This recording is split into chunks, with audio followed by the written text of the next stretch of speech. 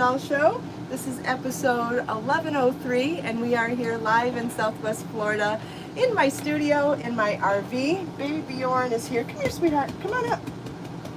Come on. Come on. There he is. There he is. If you're joining us live, please say hello.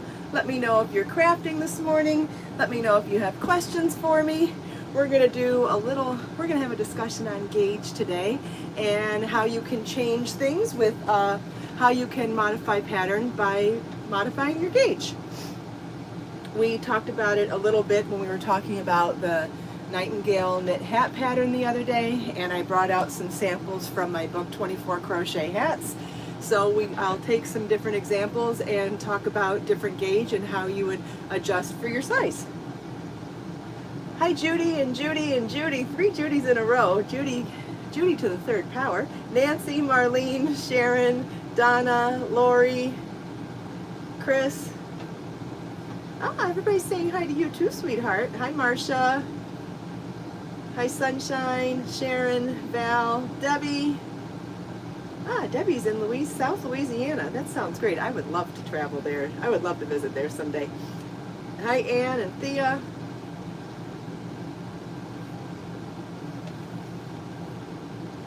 Happy Wednesday, everybody. Hopefully everybody's having a good day so far. I'm going to wait to start until everyone gets a chance to pop over from pre-chat and notifications. If you're new to my channel, I go live here almost every day and try to talk about something educational or inspirational regarding knitting and crochet most of the time. And today we're going to do a discussion about changing gauge and do it on the board here.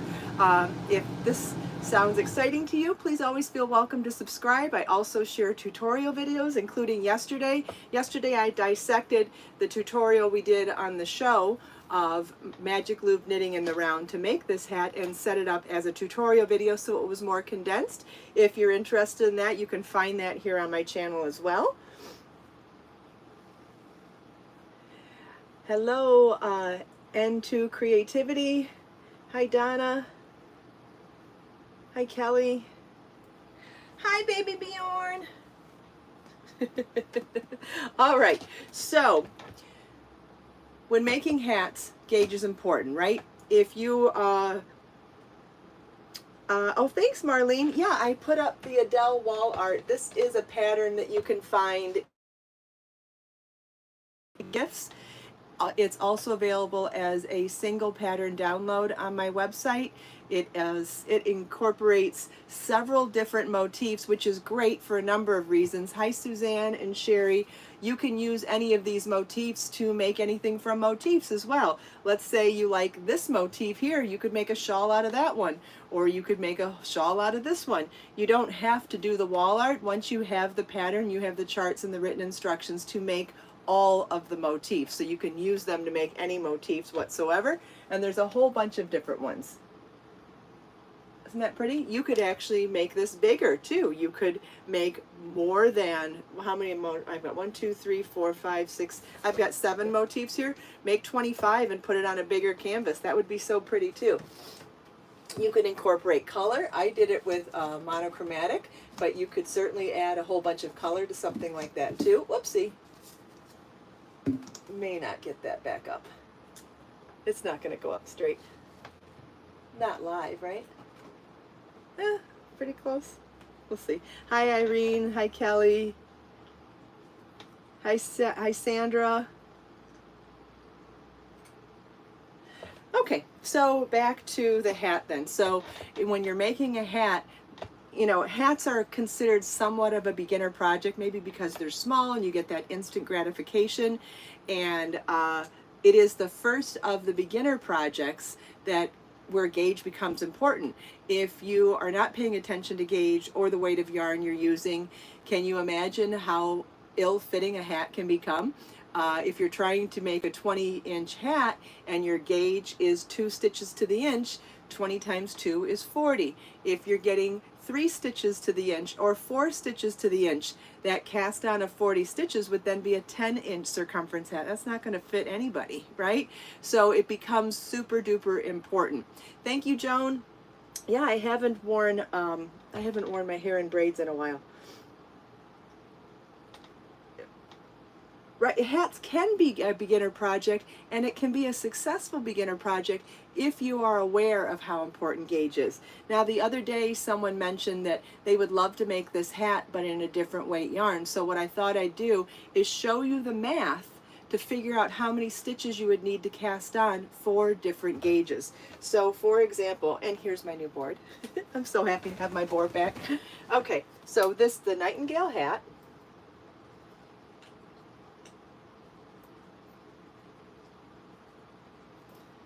Has a gauge of 2 stitches equaling 1 inch. Okay? You can convert all of this to metric if you wanted to. You would be, you could do that differently. But anyway, this is 2 stitches to 1 inch. So to get a 20-inch hat, you would multiply 20 for the hat times 20 inches times 2 stitches to the inch equals 40 stitches to cast on. Can everybody see this okay? Should I move it closer? What do you think? Thanks, Sherry. Hi, Bethany. Move this a little closer. Is that better? Okay, so let's say you wanted to use a different weight yarn though. Let's figure out what though. Let's just do a couple of even numbers. You could always do this math. Well, we'll do a complicated one too. So let's say you wanted to use a yarn where you're getting 4 stitches to the inch.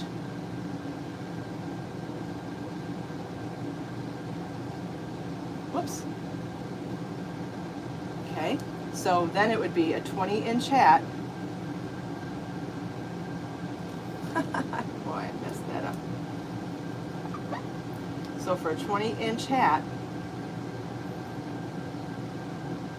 it would be 20 inches times 4 stitches to the inch, and it would be 80 stitches to cast on. Now, when I say cast on, I'm referring to that one knit pattern, but you can apply all of this to crochet, and then you would need 80 stitches for that. It would be 80 stitches or 80 chains for your first round if you're starting at the bottom here. Or how many stitches you'd need to grow your pattern to have the number of stitches for the circumference of the walls of the hat. Hopefully that makes sense. If it doesn't, please somebody ask.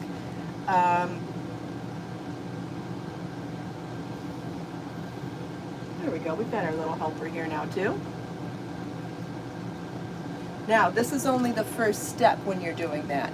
After you determine this, then you have to go back to the pattern and figure out if that works for the multiple. This particular hat has a multiple of 4 stitches for the stitch pattern, okay? So when I do 2 stitches to the inch and 4 stitches to the inch, the measurements are perfect. The numbers are lining up perfectly because 80 stitches is a multiple of 4, no problem. 40 stitches is a multiple of 4, no problem. So let's do this again with math that's not going to work out evenly, okay? So let's say our gauge is 3.5 stitches to 1 inch, okay? Another common, we could have done 3, but let's try and make it complicated. So then we would have for a 20-inch hat, it would be 20 inches times 3.5. I'm going to do the math on a calculator to be lazy, but also just to make sure that I do it correctly. 20 times 3.5, and I'm going to get 70 stitches. Okay? All right. That's fine, right? 70 stitches is fine, but it depends. If you're going to use this stitch pattern that's 4 stitches to the inch, that 70 is not divisible by 4, meaning you can't divide it by 4 and get a whole number. So you would either need to go down to 68 stitches or go up to 72 stitches to get the right multiple for making this hat. Somebody's not getting enough attention behind the board. Oh, I'm so sorry. Here, I'll move this out of the way for you, okay? Is that better?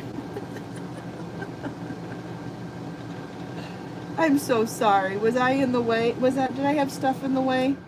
wasn't paying enough attention to you. Yeah, a ribbed hat is definitely stretchy, Marcia. Sometimes it depends on your gauge with the yarn. Some hats are stretchier than others. A stretch in a hat is often good. And yeah, and that means it's definitely a flexible fit for sure. Okay, thank you, Teresa. Okay, so when doing this particular stitch pattern, if you wanted to do it in a yarn and a gauge that gave you 3.5 stitches to the inch, it might be worsted weight, might be DK, I don't know, somewhere in that range, you would, to get a 20-inch hat, you'd come up with 70 stitches, and then because the stitch multiple is a multiple of 4, you would then decide if you wanted to go up or down, and you would cast on or do a starting chain that's either 68 or 72. And I'm going to pause here because I want to make sure everybody understands that, and then we can do more examples, or we can look at other hats and see what multiples they have and see where and what gauges they have and adjust them as well. I did bring the samples from 24 Crochet Hats, so we could do something from there too. He is a sweetheart. Such a lover. Are you such a lover? But I want to pause and make sure there aren't any questions before I move on. Oh, another thing I wanted to mention. When you have this pattern, you have all the tools you need to make this a cowl too. Would anybody like me to discuss how you could make this a cowl as well?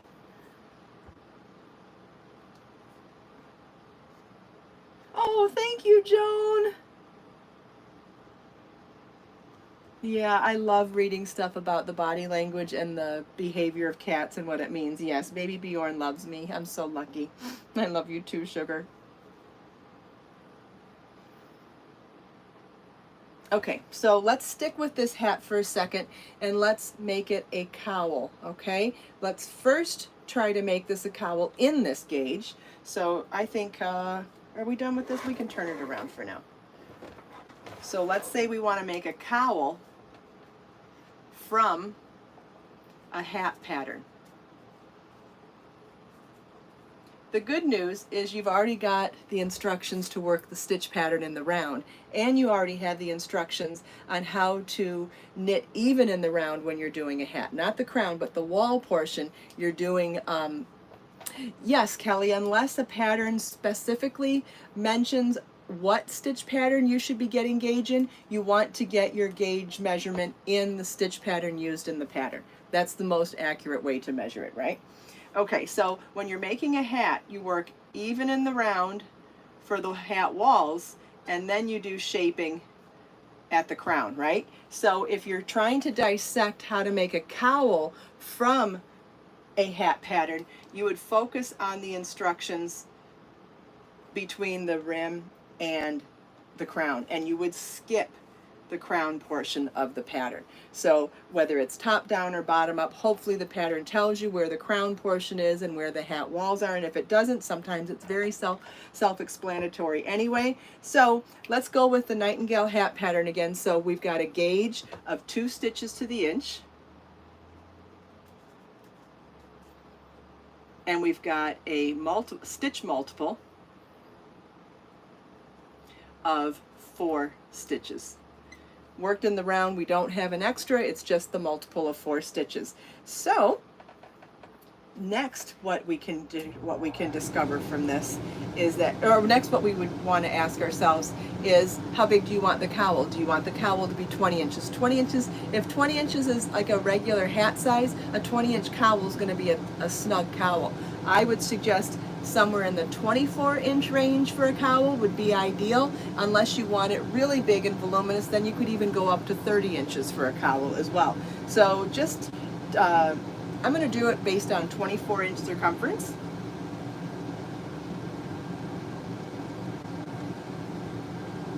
Okay, so then we've got 24 inches times 2 stitches to the inch equals 40.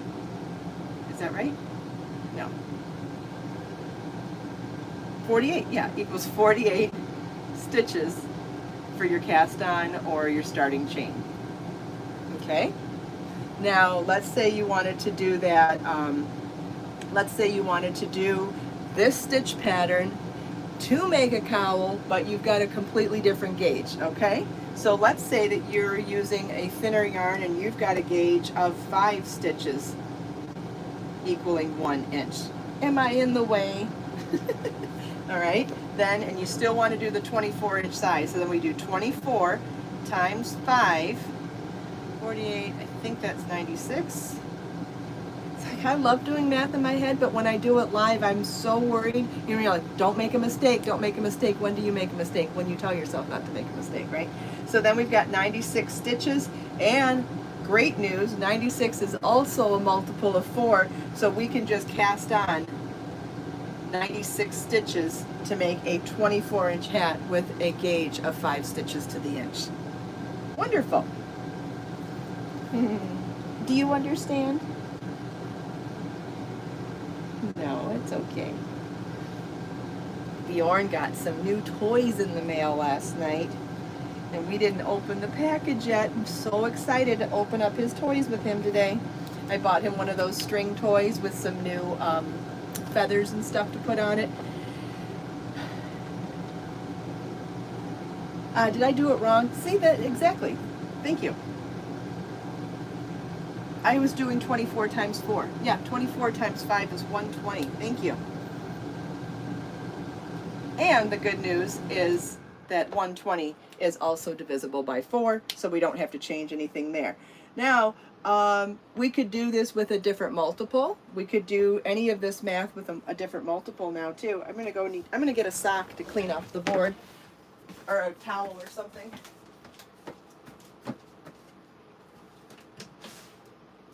Here we go. One of these towels will work great.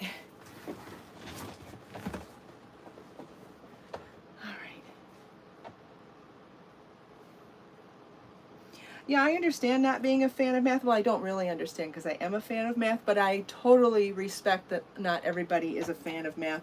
And that's why I like doing this, because it really is a lot simpler than you may realize. You just want to multiply the number of rounds, or the number of inches you want something to be, by what the gauge is per inch. That's it.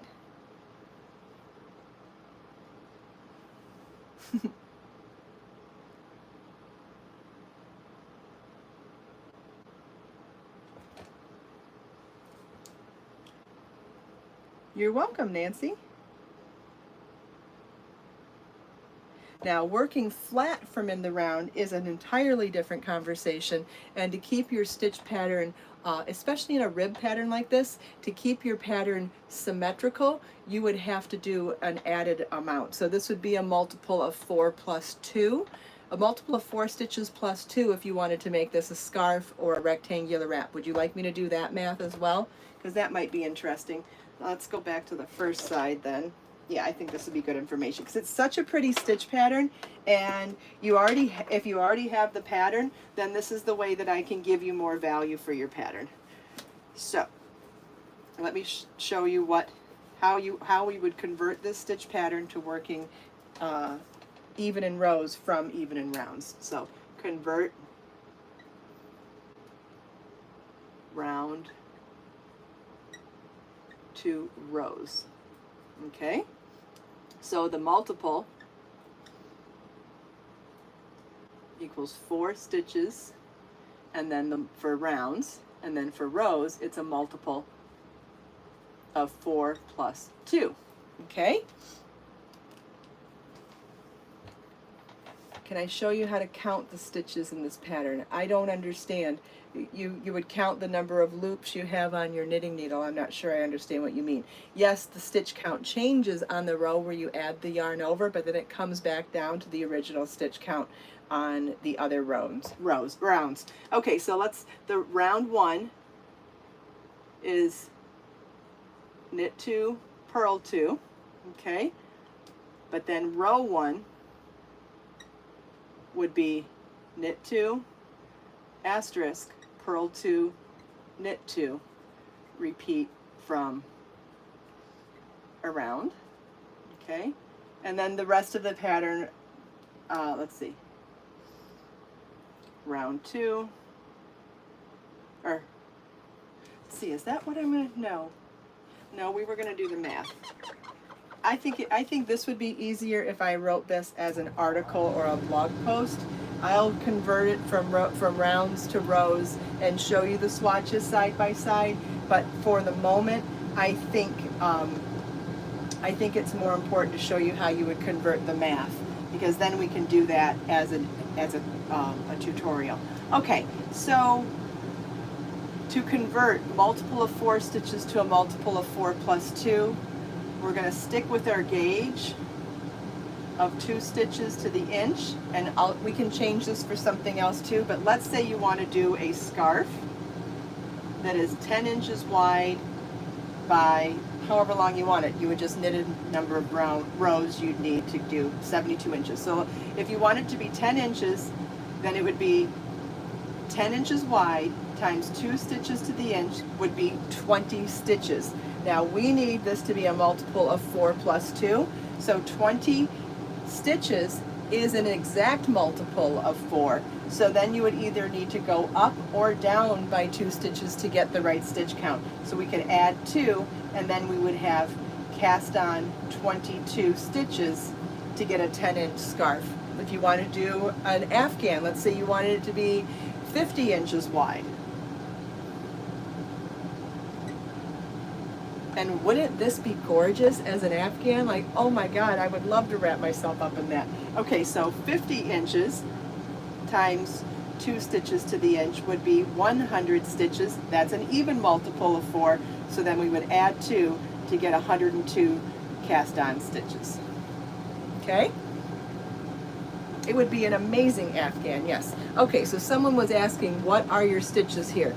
So the cable is where it goes from knit 2 to knit 1 yarn over knit 1 to knit 3 to then slip 1, knit 2, and pass the slip stitch over. That's that section of the pattern. This section of the pattern here is the purl 2. Someone was asking how to recognize the stitches in the stitch pattern. So the purl 2 section is where the stitches are flatter, and the knit 2 that becomes the cable is where you see the cable, or the faux cable or mock cable. Excuse me. Yes, Joan, sometimes gauge can be different knitting in the round versus knitting in rows. And it is always best to do your gauge swatch in whatever technique you're going to be doing in your pattern. So yes, doing a gauge swatch in the round would be the best way to get an accurate gauge for making a hat, definitely. Thank you. Thank you for the blessings.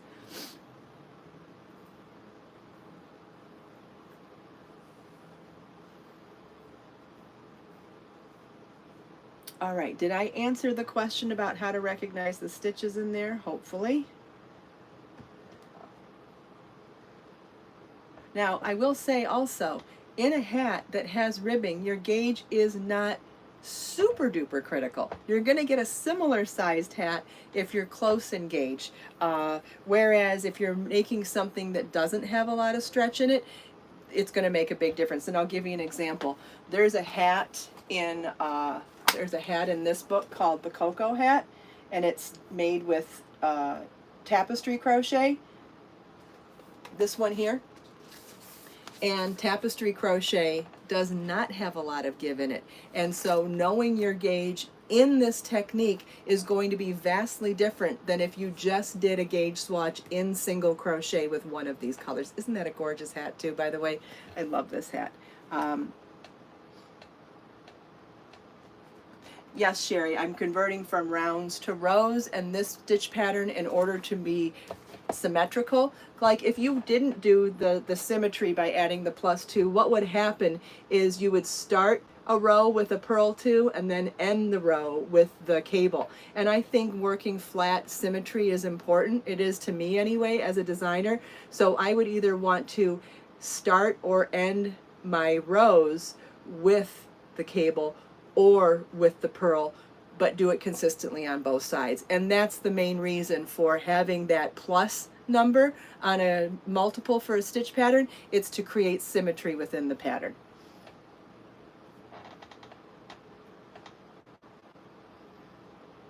Let's see. Ooh, Hawaiian coffee sounds wonderful. Isn't that Kona coffee, right? Thank you, Lori. All right. Do you want me to do this math for a different gauge now? We can do that scarf instruction and the Afghan with a different gauge. You want to do that too? I think it just might drive the point home a little better. So let's do this again for, can we still see? Yeah. Let's do, I don't know, let's do something totally different. 6 stitches equals 1 inch, right? So then to do the scarf, it would be 10 inches times 6 stitches to the inch. It would be 60 stitches for your cast on.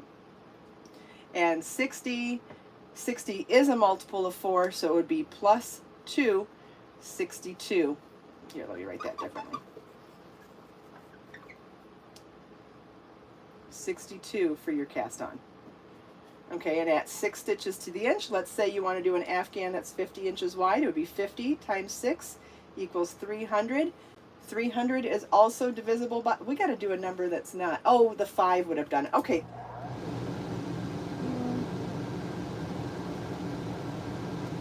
Plus 2. 302. Let's do this whole thing for 5 stitches to the inch then.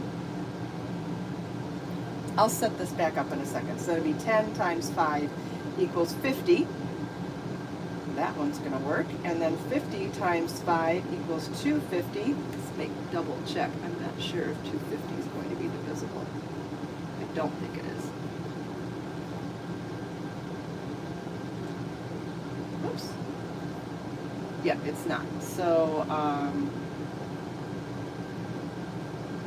so that would be 248 is divisible by 4. Right. Okay, so this one's right as it is then, because we're looking for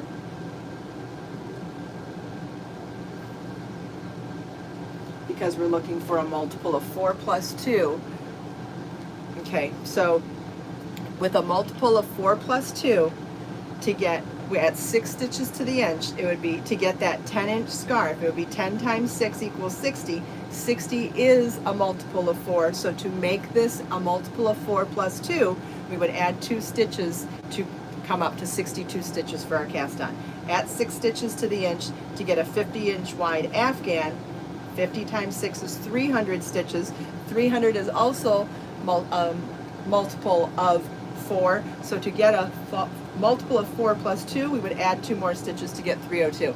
And it can also be taken away. You can add 2 or take 2 away, whichever way you want to go to get the right stitch count. And then at 5 stitches to the inch, that 10-inch scarf would be 10 times 5 equals 50 cast on. 50 is a multiple of 4 plus 2, so it's fine just the way it is. It would be a multiple of 4 would be 48 plus 2 is 50. And then to get that 50-inch wide Afghan, it would be 50 times 5 to equal 250. 248 is a multiple of 4, so to get the multiple of 4 plus 2, it ends up being 248 plus 2 to get 250.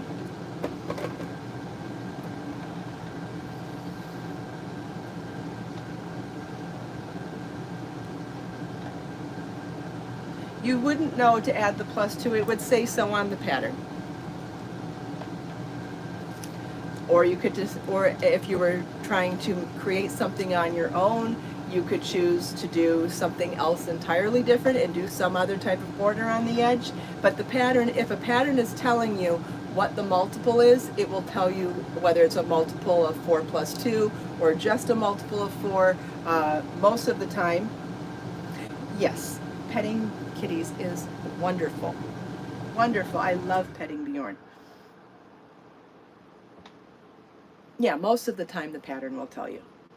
Unless the pattern is written to just teach you how to make something, it's not required. It's only a helpful piece of information if the pattern is offering you information on how to make other things with the stitch pattern.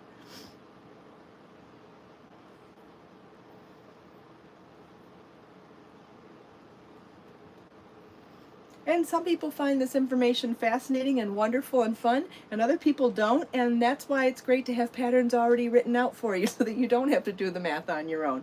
You know, but I do think that some of the information that I shared here This is really not very difficult to figure out, and that would be a great way for you to be able to convert a hat pattern into having the ability to make it as a cowl too, which is not that difficult of a stretch. I think it's fun, Lori. I love adding value to my work. I love adding extra value for people. Why not? Good, I'm glad. I hope this was helpful. That's wonderful, Teresa. And like I said, converting from in the round to in rows is way more complicated. Some people may have benefited from that information today. If you didn't, that's okay. That's a more complicated piece of information that I shared. But converting a hat in the round to a cowl in the round, that's a much easier conversion. So even if the second part got too overwhelming for you, this is still really valuable information on its own too.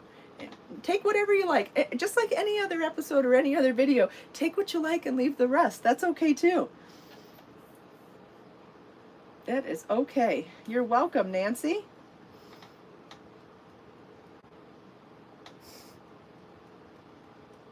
Does anybody have any other questions?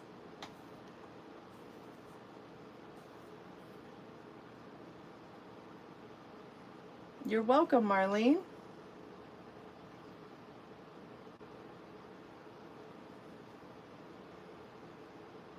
Yeah, the +2 is only once. The multiple is the multiple. Whatever's written as the multiple, the 4-stitch multiple, that's what's repeated over and over and over again. The +2 is only done one time at the end. That's right. Oh, thanks, Lori. He's such a sweetheart. Yes, my baby. That's my baby. All right, well, thank you all so much for joining me today, taking time out of your busy day to spend a few minutes here with me. I hope you enjoyed the tutorial today and chatting with me and everyone else. Let us make time to create, share, and inspire today and every day. This also applies to crochet, absolutely. And yes, we're getting storms from the hurricane in Puerto Rico, but we're just getting rain. We're not getting anything else. Thanks for asking, though. All right, have a wonderful day, everybody, and I'll see you tomorrow. Bye-bye.